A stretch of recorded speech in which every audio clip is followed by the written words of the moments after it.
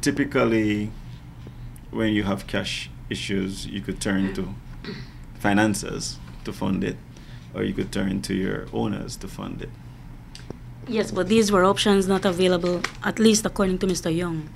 He'd have to answer that for himself. Okay, you're saying it's different. I'm saying typically speaking, okay, any company, those are the menu of options they have. And it then depends on the decision of the financiers and the decision of the owners, right? So I don't have anything to substantiate that the only option was turn to government. You have options, like for instance, right now we have negotiated with CFE to extend our credit. That's one method of financing. So there are always other methods you could use. What's the scope of that new agreement? We are looking at what's on the table is to expand the letter of credit from 5 million to 10 million US dollars. There are two things we are looking at: trying to get lower rates from CFE and trying to extend our credit line with CFE.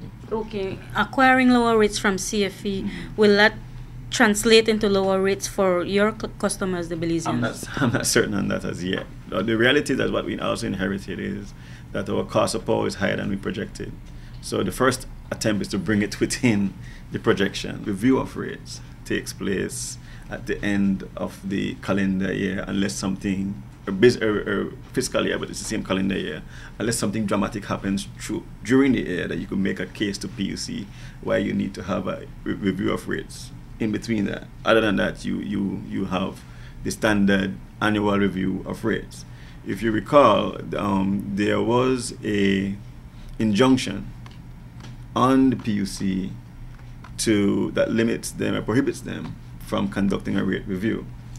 Like I said yesterday in my interview, we would like to be able to resolve most of these things with the PUC out of the court.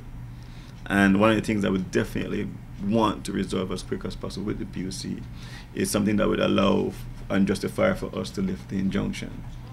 Once the injunction is lifted, then we conduct the review. But going into a review, right, you go into a review looking at the numbers, and then out of the numbers you determine if it justifies an increase or a decrease in rates.